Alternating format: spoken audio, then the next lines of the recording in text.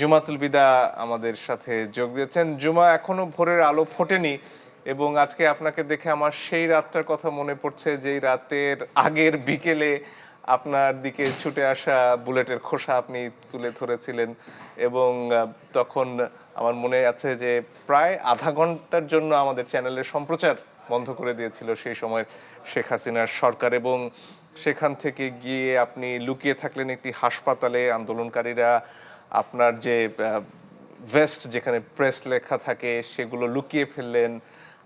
তারপরে সেই সারা রাত প্রচণ্ড উৎকণ্ঠায় আসলে আমরা অনেকে কাটিয়েছি, কারণ এই চ্যানেলেও খুব বেশি সংখ্যক মানুষ আসলে জানতেন না আপনি কোথায়।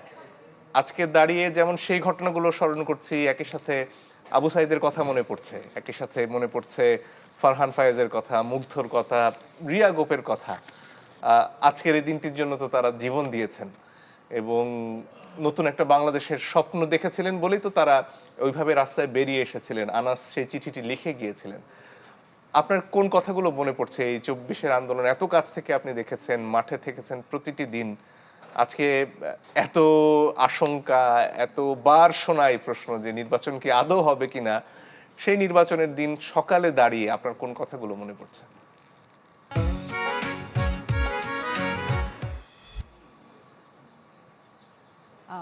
সর্বপ্রথম মনে পড়ে, কিংবা আবেগের জায়গা থেকে বলার সুযোগ না থাকলেও গণমাধ্যমকে প্রশ্ন করার কিংবা প্রশ্নবিদ্ধ করার, তাদেরকে কটাক্ষ করার এই প্রবণতাটা আমাদের এই অঞ্চলে খুব বেশি, এবং এটির মধ্য দিয়ে সবসময় হামলা, ঝুঁকি এগুলোকে মাথায় নিয়েই কিন্তু আমরা কাজ করে যাই, সেটি যে কোনো পরিস্থিতি হতে হোক।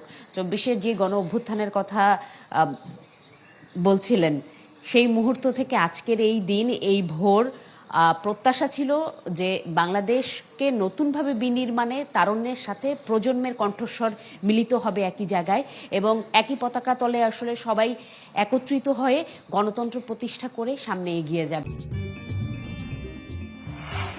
আমা অথেন্টিক ব্রাজিলিয়ান কফি। এবং সেই পথে নানা ধরনের প্রশ্ন উঠেছে, ষড়যন্ত্রের কথা উঠেছে, অভিযোগ কিংবা পাল্টা অভিযোগের যেই কালিমা, সেটি কিন্তু এখনও রচনা হচ্ছে। এরপরও আজকের এই দিনটির সূর্য উঠেছে এবং আলো ফুটছে, এটি একটা আশার বাণী। নির্বাচনটুকুর আসলে যারা ভোটার রয়েছেন তারা যদি ভোট কেন্দ্রে আসে, সেক্ষেত্রে এটি একটি নতুন পথই খুলে দিবে বাংলাদেশের জন্য। এটি ব্যক্তি মতামত কিংবা সংশ্লিষ্টের মতামত হিসেবে কিন্তু বলাই চলে, কারণ এই দেশের প্রেক্ষাপটে যারা বিশেষজ্ঞ রয়েছেন তারাও কিন্তু গেল কয়েকটা মাস বলে গিয়েছেন, নির্বাচন পরবর্তী একটি নির্বাচিত সরকার আসলে সে কিন্তু বাংলাদেশের যে গতিপথ সেটি বদলে দেওয়ার জন্য এবং সবাই মিলে ঐক্যবদ্ধভাবে কাজ করলে বাংলাদেশের এক সুন্দর ভবিষ্যতের কথাও তারা বলেছেন। সেই প্রত্যাশার জায়গাটুকু আসলে গণমাধ্যম কর্মী হিসেবে আমিও রাখতে পারি। রিয়া গোপ থেকে শুরু করে আবু সাইদ, মুগ্ধ কিংবা যারা আহত এখনও বেঁচে আছেন, সেই মহান মুক্তিযুদ্ধ থেকে আজকের এই দিন পর্যন্ত বাংলাদেশের যেই ঠেকে ঠেকে এগিয়ে চলা, এই এগিয়ে চলাটুকু যাতে কোনোভাবে বাধাগ্রস্ত না হয়, এর জন্য পুরো বাংলাদেশকে আসলে একত্রিতভাবে লড়তে হবে।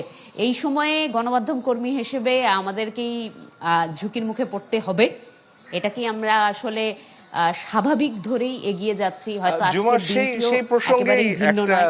জানার ছিল, কারণ নানাভাবে কটাক্ষ করে, নানাভাবে নানা গুজবকে, সেটা হচ্ছে গতকালকে রাত থেকেই ধরুন জামাতের অনেকে লায়লাতুল গুজব বলে কালকে রাতটিকে আবারও নাম দিলেন। আপনার গত লায়লাতুল গুজবের কথা নিশ্চয়ই মনে আছে। এবং একই সাথে যাদের পাশে দাঁড়িয়ে আসলে জুলাইয়ে আপনি সাংবাদিকতা করেছেন, তাদের অনেকেই আজকে প্রশ্ন তুলছিলেন আসলে সাংবাদিকতার মান নিয়ে।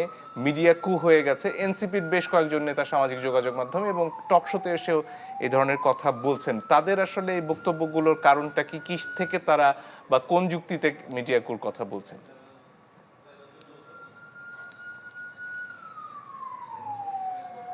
এই ধরনের গুজব কিংবা গণমাধ্যমকে কটাক্ষ করা, গণমাধ্যমকে অভিযোগের তীরে বসিয়ে তাদেরকে আসলে সমালোচিত করার এই প্রবণতাটুকু এই অঞ্চলে খুবই পুরনো, এবং এই বিষয়টি হবে অনেক দিন যাবতই গণমাধ্যম কর্মী হিসেবে আমাদেরকে এটি সচেতন করা হয়েছে এবং বলা হয়েছে যে যে গণমাধ্যমকে এই দিনটিকে ঘিরে কি ধরনের চ্যালেঞ্জ মোকাবেলা করতে হবে। নানা সময় নানা ধরনের ট্রেনিংয়ে আমরা অংশগ্রহণ করেছি, আন্তর্জাতিক এবং দেশীয় নানা সংস্থা তারাও জানিয়েছেন যে ঠিক এই সময় ইনফরমেশন আর ডিসইনফরমেশনের জাতাকলে পিষ্ট হবে গণমাধ্যম।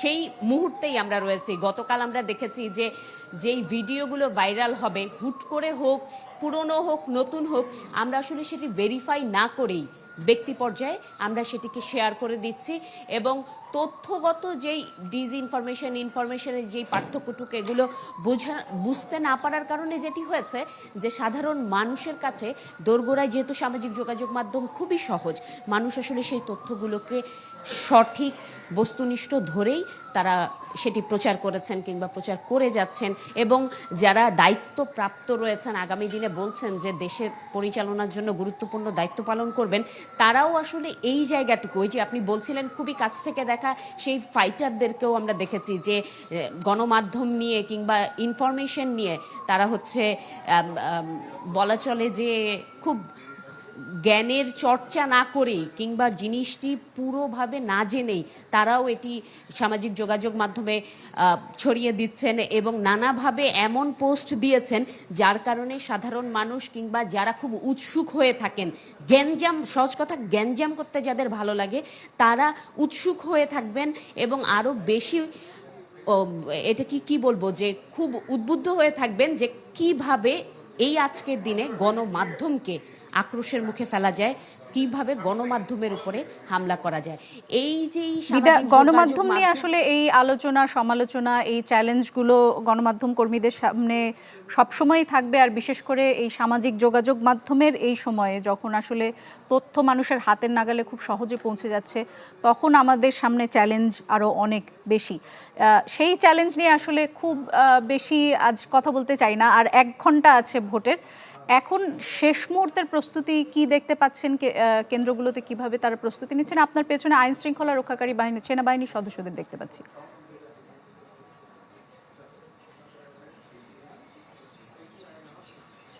আমরা রয়েছি ঢাকা 11 আসনের 162 নম্বর কেন্দ্রে এবং এখানে সব ধরনের যেই প্রস্তুতি সেটি সম্পন্ন হয়েছে রাতেই এবং কেন্দ্রের যে প্রিজাইডিং অফিসার থেকে শুরু করে অন্যান্য সদস্যরা রয়েছেন তারা কিন্তু কেন্দ্রেই ছিলেন। আমরা সকালে এসে তাদের সাথে যখন দেখা হয়েছে তারা এখানেই উপস্থিত ছিলেন এবং আইন শৃঙ্খলা বাহিনীর সদস্যরা তারা পালা করে আসছেন, পরিদর্শন করছেন ভেতরে এবং যেই প্রিজাইডিং অফিসার রয়েছে তাদের কোনো শঙ্কা রয়েছে কিনা কিংবা তাদের সুবিধার বিষয়গুলো জেনে পরিদর্শন করে তারা পালাক্রমে যাচ্ছেন। এবং আজকে আমরা যেই কেন্দ্রটি রয়েছি এখানেই এই আসনের যিনি প্রার্থী রয়েছেন 11 দলীয় জোটে সমর্থিত এনসিপির আহ্বায়ক নাহিদ ইসলাম, তিনিও ভোট দিবেন, যার কারণে এই আসন কেন্দ্রের যারা দায়িত্বরত রয়েছেন তারা একটু বেশি সচেতনতা বজায় রাখছেন সেটি বলছেন। এর বাদে আশপাশে হচ্ছে আমরা দেখেছি যে ভোটাররা যেহেতু নামাজের পর আশপাশে কেউ হেঁটে হেঁটে তার কেন্দ্রটুকু দেখেও যাচ্ছেন যে 7:30 নাগাদ ভোট শুরু হলে তারা আসবেন এবং ভোটটি দিবেন।